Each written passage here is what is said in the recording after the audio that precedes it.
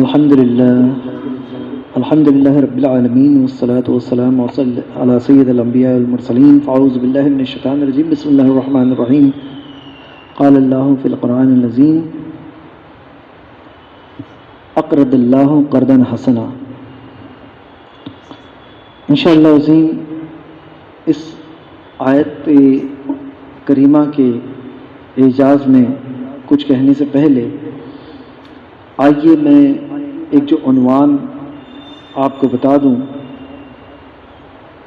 ہم جسے آسان زبان میں ہمبلنس یا انکساری اردو میں کہتے ہیں، یہ کیا ہوتی ہے، کیوں انسان میں ہونا چاہیے، اس کا طریقہ کس نے اختیار کیا ہے، یہ ذرا غور فرمائیں.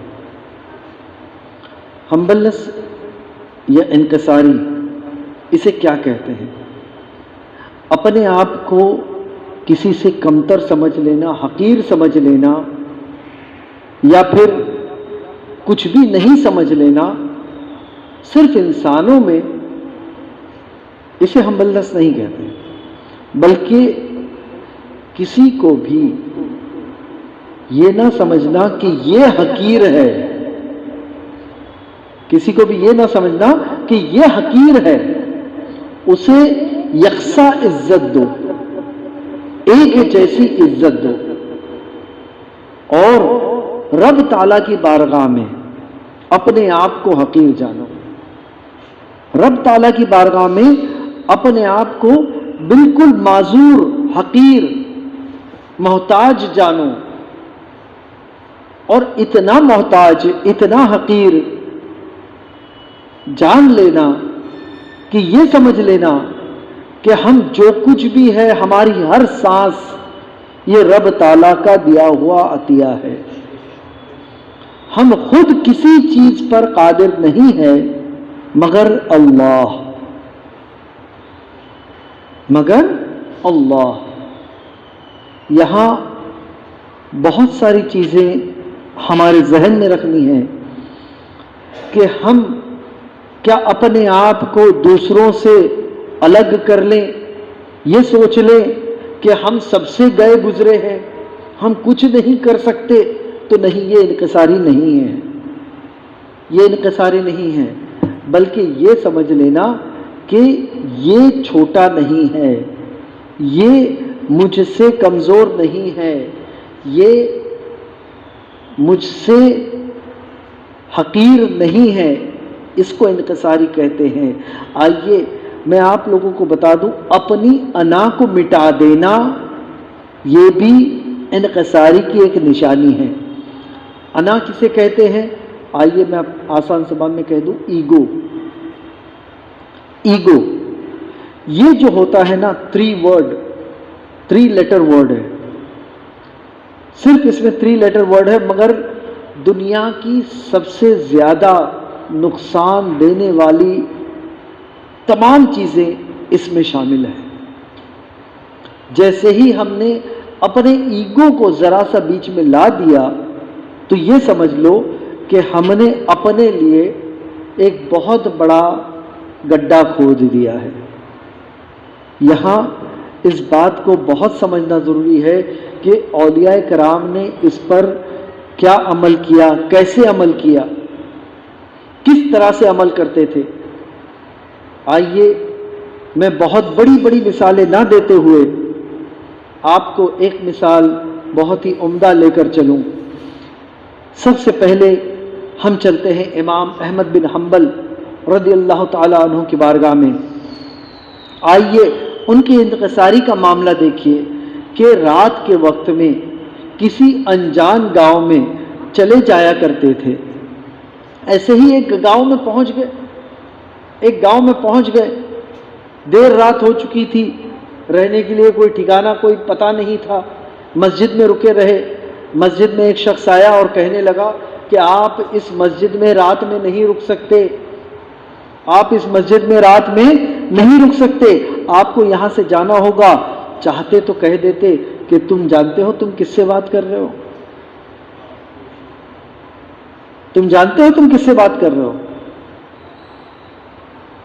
جس کے آگے بڑے سے بڑے عالم گھٹنے ٹیک دیتے ہیں، جس سے بڑے سے بڑے عالم استفاضہ حاصل کرتے ہیں، میں وہ احمد بن حنبل ہوں، مگر نہیں، خاموش بیٹھتے ہیں، کہتے ہیں میں یہاں کسی کو جانتا نہیں، مجھے رکنے کے لیے کچھ جگہ مل جائے۔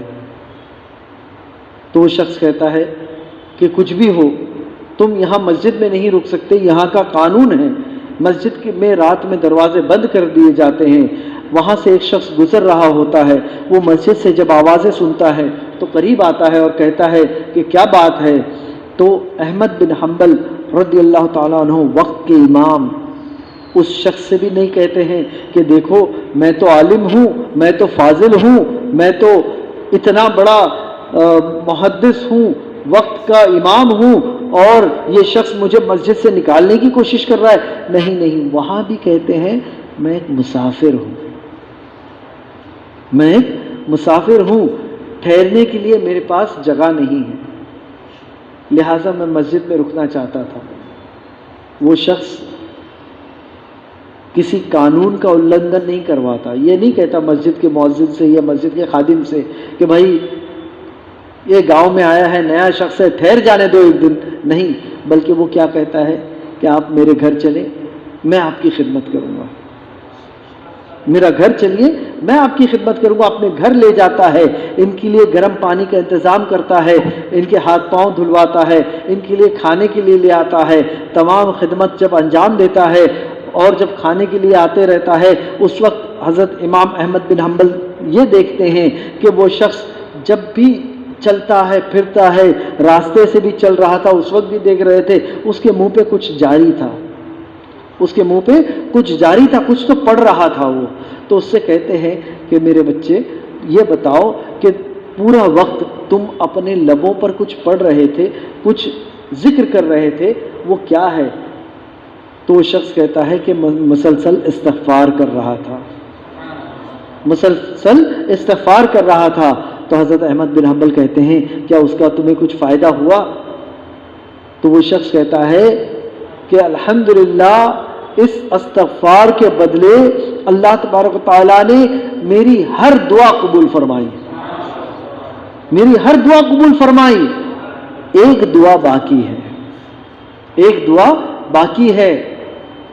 تو وہ حضرت کہتے ہیں کہ وہ کون سی دعا ہے؟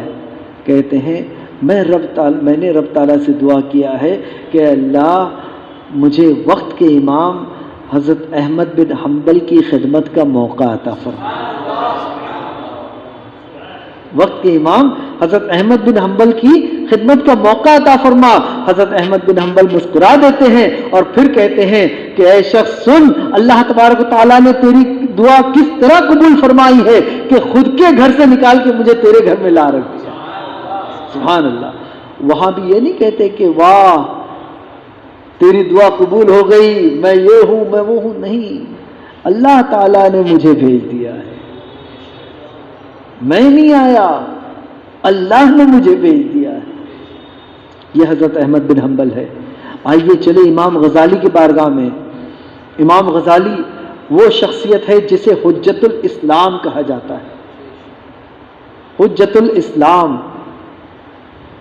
وقت کے اتنے بڑے امام کہ خلیفہ صرف انہیں یہ کہتے تھے کہ آپ ہمارے دربار میں آ کر تشریف رکھیں، ہم آپ کو اس کا معاوضہ دیا کریں گے، بڑا وظیفہ دیا کریں گے۔ نہیں، میرا کام ہے خدمت کرنا، میرا کام ہے خدمت کرنا، میرا کام ہے قوم کو علم پہنچانا۔ یہ امام غزالی رحمۃ اللہ تعالی علیہ کون ہیں؟ جن کی کتاب مکاشف القلوب، احیاء علوم، یہ ایسی کتابیں ہیں کہ آج بھی کئی بزنس مینجمنٹ کے لوگ اس سے فائدہ حاصل کر رہے ہیں، بزنس مینجمنٹ کے لوگ اس سے فائدہ حاصل کر رہے ہیں، اور ہم ہیں کہ ان کتابوں کے بارے میں ہی کئی لوگ نہیں جانتے۔ پیارے آقا صلی اللہ تعالی علیہ وسلم کے پیارے دیوانوں، جو علماء کرام نے محنت کی ہے، یہ رب تعالیٰ کا ہم پر انعام ہے، اس سے زیادہ فائدہ حاصل کرنے کی کوشش کریں۔ تو بہرحال یہ امام غزالی رحمۃ اللہ تعالی علیہ جب ان کو بہت زیادہ ضد کی گئی، بہت زیادہ ان کی تعریف کی گئی، انہوں نے اپنی انا کو مٹانے کے لیے دور دراز گاؤں میں چلے گئے، اور وہاں پتہ ہے انہوں نے کیا کام کیا؟ آپ سن کے حیرت ہو جاؤ گے۔ وہ شخص جسے وقت کے خلیفہ اپنے دربار میں بیٹھنے کے لیے وظیفہ دے رہے ہیں، یہ دور دراز گاؤں میں جا کر وہاں کے طہارت خانے دھویا کرتے، وہاں کے طہارت خانے دھویا کرتے اپنی انا کو مٹانے کے لیے۔ جو میت پہ سے کپڑے اترتے ان لباس کو پہنا کرتے، ان لباس کو پہنا کرتے۔ آئیے میں ایک اور شخص کی بارگاہ میں لے کے چلوں آپ کو، یہ بھی واقعہ شاید آپ نے سن چکا ہے، میں پھر سے دوہرا دوں۔ آپ نے اکثر سنا ہوگا، ایک ہی صف میں کھڑے ہو گئے محمود و ایاز، نہ کوئی بندہ رہا نہ کوئی بندہ نواز۔ یہ محمود غزنوی کی بارگاہ میں ایک ان کے بہت ہی اچھے پیارے وزیر جو کسی وقت میں ان کے غلام ہوا کرتے تھے، ایاز، ان کی بارگاہ میں چلے۔ لوگوں نے شکایت کی کہ ایاز نے شاید بہت بڑا خزینہ چھپا رکھا ہے، بہت بڑا خزینہ چھپا رکھا ہے۔ یہ اکثر اپنے کمرے میں جاتے ہیں اور کمرے کو اندر سے بند کر لیتے ہیں، شاید یہ اپنی دولت کو گنتے ہیں، اپنی دولت کو گنتے ہیں۔ محمود اس بات پہ راضی ہو جاتے ہیں کہ شاید یہ کوئی معاملہ ہے، مگر اس کی تحقیق میں خود کروں گا، اس کی تحقیق میں خود کروں گا، اور چلے جاتے ہیں ایاز کے کمرے میں، چھپ کر بیٹھ جاتے ہیں۔ وقت جب ہوتا ہے ایاز تشریف لاتے ہیں، کمرے کو اندر سے بند کر لیتے ہیں، اپنا جو درباری لباس ہے اسے نکالتے ہیں، ایک طرف رکھتے ہیں، ایک پیٹی نکالتے ہیں، اس کے اندر سے اس پیٹی کو بڑے احتیاط سے کھولتے ہیں، اور اس کے اندر سے ایک ایسا لباس نکالتے ہیں جس کے اوپر پیچ لگے ہوتے ہیں، جگہ جگہ پیچ لگے ہوتے ہیں، سلوٹ ہوتی ہے، پرانا بوسیدہ کپڑا ہے، اسے اپنے تن پہ لگاتے ہیں، تن پہ پہن لیتے ہیں، اور پھر آئینے کے سامنے کھڑے ہو کر کہتے ہیں، اے ایاز، تیری حقیقت یہ ہے، تو وہ غلام ہے، تو وہ غلام ہے، اور تو اپنی حقیقت کو نہ بھولنا، تو اپنی حقیقت کو نہ بھولنا۔ اور جب یہ بادشاہ دیکھتا ہے تو فوراً باہر نکل آتے ہیں، فوراً باہر نکل آتے ہیں، اور پھر ایاز کو گلے لگا لیتے ہیں کہ ایاز، یہی بات ہے، یہی معاملات ہے کہ تم بہت بڑے مقام پر ہو، اور یہی محمود کی بارگاہ میں میں آپ کو لے کر چلتا ہوں۔ یہی محمود ہے کہ ایک شخص حضرت محمود کو سوچتی ہے، بادشاہ ہے، الگ الگ باتیں سوچتی ہیں، کہتے ہیں کوئی اگر مجھے خضر علیہ السلام سے ملا دے، کوئی اگر مجھے خضر علیہ السلام سے ملا دے تو میں اسے اتنی دولت عطا فرماؤں گا۔ ایک شخص کھڑا ہو جاتا ہے، کہتا ہے اگر تم مجھے 6 ماہ کا راشن دے دو، میرے گھر 6 ماہ کا راشن دے دو تو میں تمہیں خضر علیہ السلام سے ملا دوں گا، میں تمہیں خضر علیہ السلام سے ملا دوں گا۔ بہت مختصر میں بتاتا ہوں یہ واقعہ، کیونکہ اور بھی لوگوں کے مجھے بات بتانی ہے۔ اس کے بعد کا جو مقصد ہے وہ زیادہ اہم ہے۔ 6 ماہ گزر جاتے ہیں، وہ شخص کہتا ہے کہ ابھی وظیفہ پورے نہیں ہوئے اور 6 ماہ لگ جائیں گے، مجھے اور 6 ماہ کا راشن دے دو، اور 6 ماہ کا راشن دے دیا جاتا ہے۔ جب سال گزر جاتا ہے تو وہ شخص بڑی انکساری کے ساتھ بادشاہ کی بارگاہ میں آتا ہے، کہتا ہے اب تجھے جو سزا دینی ہے دے دے بادشاہ، میرے گھر چولہا نہیں جلتا تھا، اس بہانے سال بھر میرے گھر چولہا جل گیا، اس بہانے سال بھر میرا چولہا جل گیا، لہٰذا تو جو مجھے سزا دے دے مجھے منظور ہے۔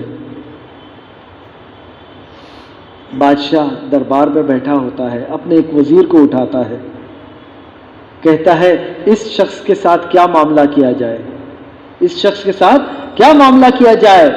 وہ شخص کہتا ہے بادشاہ اس نے تیرے ساتھ بہت بڑی گستاخی کی، تجھے جھوٹ بولا ہے، اسے کتوں کے آگے پھینک دے، اسے کتوں کے آگے پھینک دے۔ بھیڑ میں سے ایک شخص، ایک بزرگ کہتے ہیں اس نے سچ کہا، اس نے صحیح کہا۔ کیا کہتے ہیں؟ اس نے صحیح کہا۔ سب کا دھیان تو جاتا ہے مگر بادشاہ اتنا دیکھتا نہیں ہے کہ ہے کوئی شخص بول رہا ہے۔ دوسرے وزیر کو پوچھتا ہے تو دوسرا وزیر کہتا ہے کہ اس کے ٹکڑے ٹکڑے کر دیے جائے،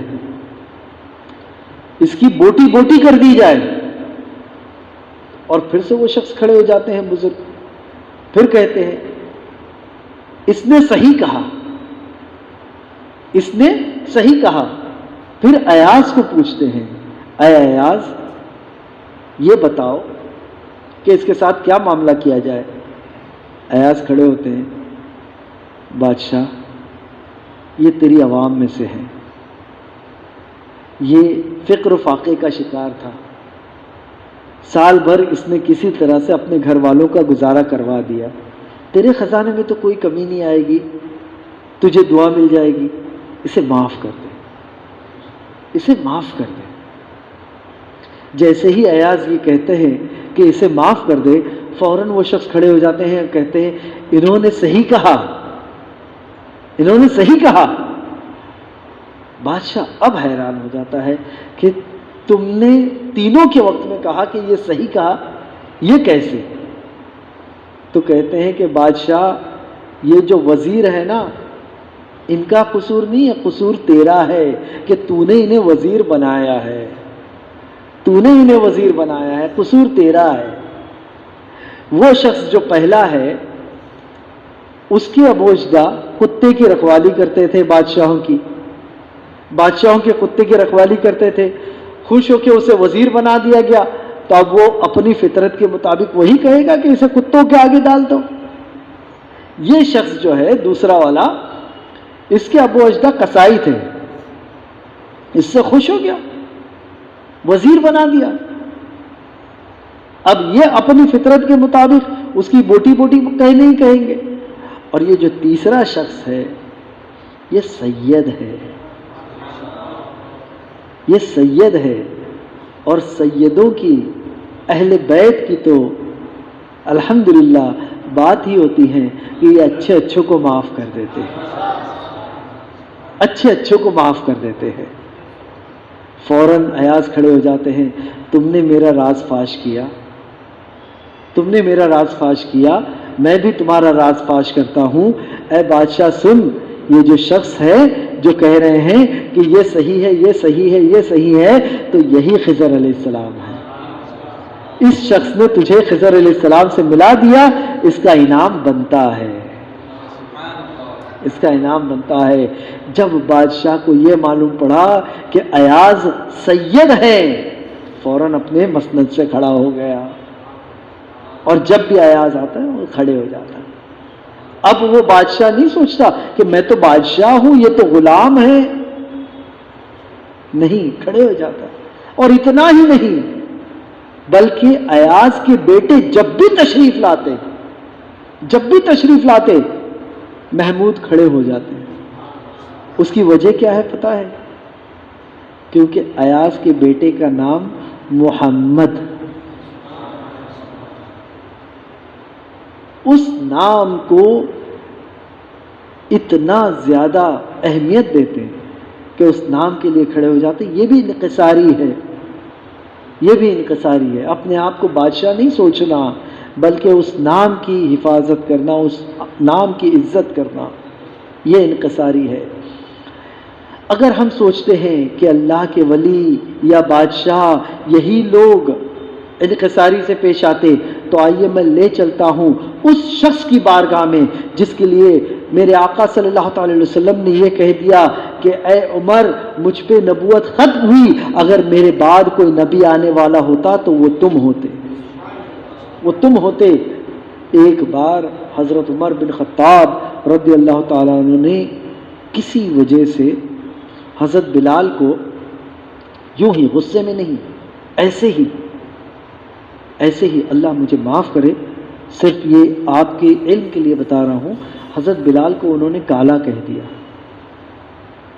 حضرت بلال کو انہوں نے کالا کہہ دیا، تو فوراً حضور اکرم صلی اللہ علیہ وسلم نے انہیں ٹوک دیا کہ اے بلال تم جانتے ہو یہ مؤذن رسول ہے، یہ مؤذن رسول ہے، ان کا درجہ اللہ نے بہت بلند فرمایا ہے۔ اس کے بعد حضرت عمر بن خطاب رضی اللہ تعالیٰ عنہ کو ذرا دیکھیے، یہ نہیں سوچتے ہیں کہ ان کی وجہ سے مجھے ڈانٹ دیا گیا، یہ تو غلام تھے، یہ تو غلام تھے، یہ تو حبشی ہیں، نہیں، بلکہ یہ دھیان رکھتے ہیں کہ رسول اللہ صلی اللہ علیہ وسلم نے ان کے بارے میں کیا کہا۔ اور فتح مکہ کے بعد ایک وقت ایسا گزرتا ہے کہ حضرت عمر بن خطاب رضی اللہ تعالیٰ عنہ کا دور آتا ہے، وقت کے خلیفہ ہیں، اور خلیفہ کچھ کام سے اپنے مسند پہ بیٹھے ہیں، کچھ لکھ رہے ہیں، اتنے میں ابو سفیان تشریف لاتے ہیں، اسلام لا چکے ہیں، اسلام قبول کر چکے ہیں، صحابی رسول ہیں، مگر جب حضرت عمر بن خطاب رضی اللہ تعالیٰ عنہ کی بارگاہ میں آتے ہیں، حضرت عمر بن خطاب ان کو آنے کے لیے کہتے ہیں، بیٹھنے کے لیے کہتے ہیں، سلام کا جواب دیتے ہیں، مگر اپنے کام میں لگے رہتے ہیں، اپنے کام میں لگے رہتے ہیں۔ اور اتنے میں دروازے پہ دستک ہوتی ہے، دروازے پہ دستک ہوتی ہے، پوچھتے ہیں کون؟ تو آواز آتی ہے میں بلال۔ جیسے ہی آپ نے سنا حضرت بلال آئے ہیں، فوراً کھڑے ہو جاتے ہیں، چلے جاتے ہیں دروازے پہ۔ حضرت آپ کھڑے کیوں ہیں؟ اندر تشریف لے آئے، اندر تشریف لے آئے۔ آپ خود کیوں آئے؟ حضور مجھ سے کہہ دیتے، میں کسی کو بھجوا دیتا، میں کسی کو بھجوا دیتا، آپ کی جو بھی حاجت ہے میں وہی پوری کروا دیتا۔ آپ آئیے، اپنے مسند پہ بٹھاتے ہیں، وہاں بٹھاتے ہیں جہاں خود بیٹھے تھے، اور پھر جو بات چیت ہونی تھی، جو بھی ضرورت پیش آئی تھی، اسے پوری کرتے ہیں، اور پوری کرنے کے بعد پھر حضرت بلال کو لے کر واپس جاتے ہیں دروازے تک کے، انہیں بالکل ادب کے ساتھ رخصت کرتے ہیں، اور پھر آ کر اپنی مسند پہ بیٹھتے ہیں، کام میں لگ جاتے ہیں۔ ابو سفیان بہت قبیلے کے سرداروں میں سے ہے، ناراض ہو جاتے ہیں، کہتے ہیں اے عمر میں ابو سفیان ہوں، میں ابو سفیان ہوں، میں قریش قبیلے سے ہوں، اور وہ ایک حبشی، ایک غلام تھا، کالا کلوٹا، معاذ اللہ، استغفر اللہ، تو فوراً حضرت عمر بن خطاب رضی اللہ تعالیٰ عنہ کے چہرے پر جلال آ جاتا ہے، کہتے ہیں ابو سفیان تم جانتے ہو تم کس کے بارے میں کہہ رہے ہو؟ تم کس کے بارے میں کہہ رہے ہو؟ میرا نمبر بھی 40واں ہے، وہ سب سے پہلے ایمان لانے والوں میں سے ہے، سب سے پہلے ایمان لانے والوں میں سے ہے۔ اس وقت جب رسول اکرم صلی اللہ علیہ وسلم کو زیادہ لوگ مان نہیں رہے تھے، اس وقت انہوں نے ایمان لے آئے تھے، تمام تکالیف سے گزرے ہیں، مؤذن رسول ہیں وہ، یہ اتنا بڑا ان کا مقام ہے، اور تم نے فتح مکہ کے بعد ایمان لے آئے، جب تمام تر آسانیاں ہو گئی اس کے بعد ایمان لے آئے۔ اب یہاں حضرت عمر بن خطاب یہ بھی بتاتے ہیں کہ مقام صحابہ بھی یکساں نہیں ہوتا، مقام صحابہ بھی یکساں نہیں ہوتا، اور دھیان رکھیں اللہ تبارک تعالیٰ نے صحابہ کرام کو بھی درجے میں رکھا ہے، جس میں بدری صحابی وہ ہیں جس کے لیے اللہ تبارک تعالیٰ نے فرما دیا کہ ان کے اللہ تبارک تعالیٰ نے ان کے اگلے اور پچھلے گناہوں کو معاف فرما دیا۔ سبحان اللہ، یہ بدری صحابی ہے، اور یہ ان کی انکساری ہے، ان کی انکساری حضرت عمر بن خطاب کی انکساری ہے۔ رسول اکرم صلی اللہ علیہ وسلم، اللہ تبارک تعالیٰ نے ان کو کیسا مقام عطا فرمایا، میری بتانے کی یہاں پہ ضرورت نہیں ہے، ورنہ رات کم پڑ جائے گی۔ اتنا بڑا مقام ہے کہ کسی انبیاء کو یہ مقام میسر نہیں ہوا، تمام حجابات کو ہٹا کر اللہ تبارک تعالیٰ نے ان کو اپنا دیدار کروا دیا۔ یہ مقام میرے آقا صلی اللہ علیہ وسلم کا، مگر مدینے سے باہر نکل رہے ہیں، ایک خاتون کھڑی ہے سامان لے کر، ماں کدھر جا رہے ہو؟ لو میں مدینے سے ذرا دور جانے کی کوشش کر رہی ہوں۔ کیوں؟ یہاں کوئی شخص آیا ہے جس کا نام محمد ہے، وہ لوگوں کو اپنی طرف بلا لیتا ہے، لوگ اس کے ہو جاتے ہیں۔ ماں میں تمہاری مدد کر دوں، میں تمہاری مدد کر دوں، تمہارا سامان اٹھا کے پہنچا دیتا ہوں۔ چلیے، اپنے کاندھے پہ سامان اٹھا رہے ہیں، اپنے کاندھے پہ سامان اٹھا کے لے جا رہے ہیں۔ وہ شخص بھی کہتی ہے دیکھو آپ بھلے شخص معلوم ہوتے ہو، ایک چھوٹی سی تمہیں ایڈوائس دوں گی، ہدایت دوں گی، اس پہ دھیان رکھنا کہ وہ جو شخص آیا ہے نا محمد، اس کے نزدیک مت جانا۔ میں نے سنا ہے جو بھی اس کے پاس جاتا ہے وہ اسی کا ہو جاتا ہے، اس کے پاس مت جانا۔ ماں اگر میں ہی وہ شخص ہوں میں ہی وہ شخص ہوں تو پھر تو تم حق پہ ہو، فوراً مجھے کلمہ پڑھا دو۔ سبحان اللہ، یہ انکساری ہے سرکار دو عالم صلی اللہ علیہ وسلم کی۔ اگر وہاں وہ یہ سوچتے کہ میں تو رسولوں کا امام، مجھے اللہ تعالیٰ نے اتنا بڑا مقام عطا فرمایا، مجھے اللہ تعالیٰ نے اتنا بڑا مقام عطا فرمایا، میں اس کے سامان کیوں اٹھاؤں؟ کہیں کوئی کچرا پھینک رہا ہے اور کچرا آنا بند ہو جاتا ہے تو اس کے پاس جاتے ہیں، ماں کیا ہوا، 2-3 دن سے ملاقات نہیں ہوئی؟ یہ نہیں کہتے کہ کچرا نہیں پھینک رہے ہو، کیوں، کیا ہو گیا؟ نہیں، ماں 2-3 دن سے ملاقات نہیں ہو رہی۔ یہ حضور کی انکساری ہے۔ اگر انہی کے بارے میں بتاتا چلوں تو واقعات کی فہرست اتنی لمبی ہے کہ وقت کم پڑ جائے گا، مگر دھیان رکھیں کہ یہاں اللہ تبارک و تعالیٰ کی بارگاہ میں بھی چلیں۔ آئیے جس آیت کریمہ کو پڑھنے کا شرف جو میں نے حاصل کیا تھا، وَأَقْرِضِ اللَّهُ قَرْضًا حَسَنًا، یہاں دیکھیے رب تعالی، اللہ تبارک و تعالی جو تمام خلقت کو بنانے والا ہے، جو تھا تو کچھ نہ تھا، جو ہوگا تو کچھ نہ ہوگا، جو ہے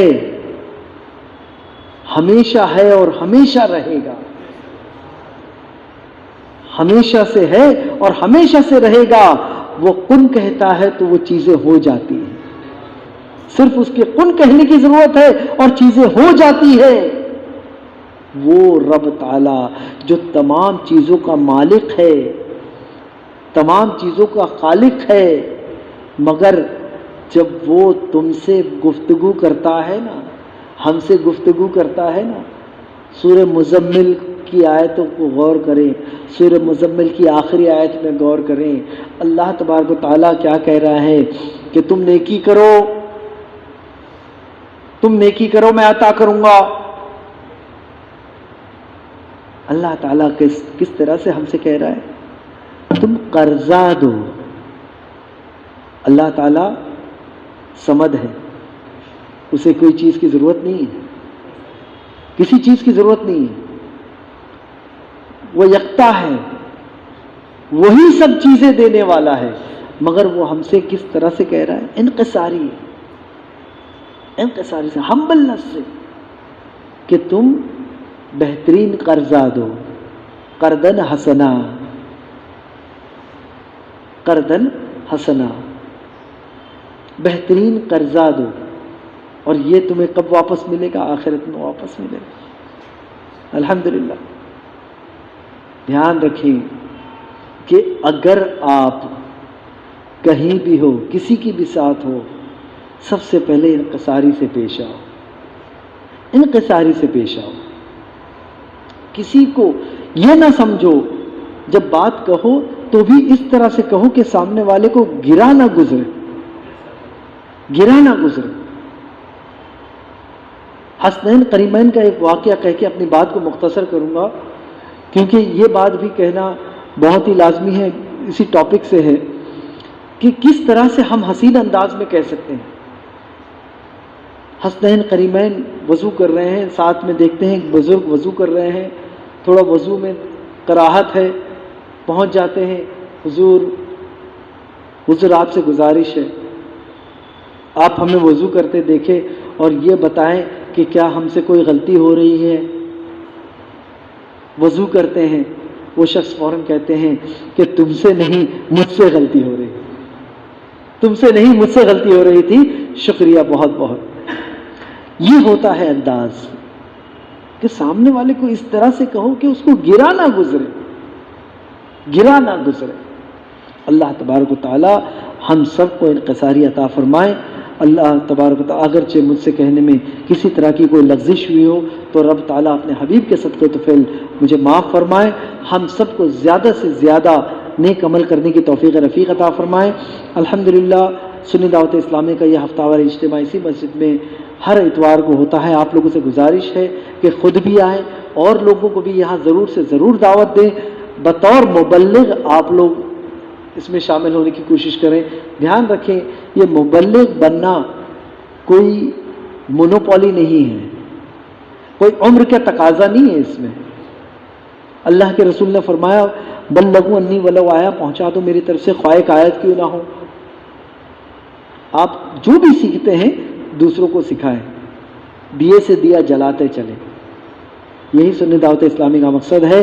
اور اسی طرح سے الحمدللہ گھنسولی کے لیے ہمارا ایک چینل بھی ہے، SDI ہیرا چینل گھنسولی کا، اس سے آپ سے گزارش ہے کہ اسے بھی سبسکرائب کریں اور لوگوں کو بھی اس چینل کی طرف دعوت دیں۔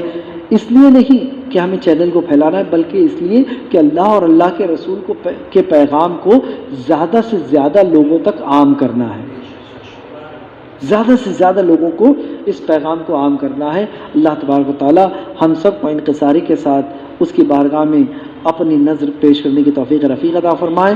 کام وہ لے لیجئے تم کو جو راضی کرے، ٹھیک ہو نام رضا تم پر کروڑ درود، وما علینا الا البلاغ۔ السلام علیکم ورحمۃ اللہ وبرکاتہ۔ آئیے کھڑے ہو کر مختصر صلاۃ و سلام پڑھ لیں۔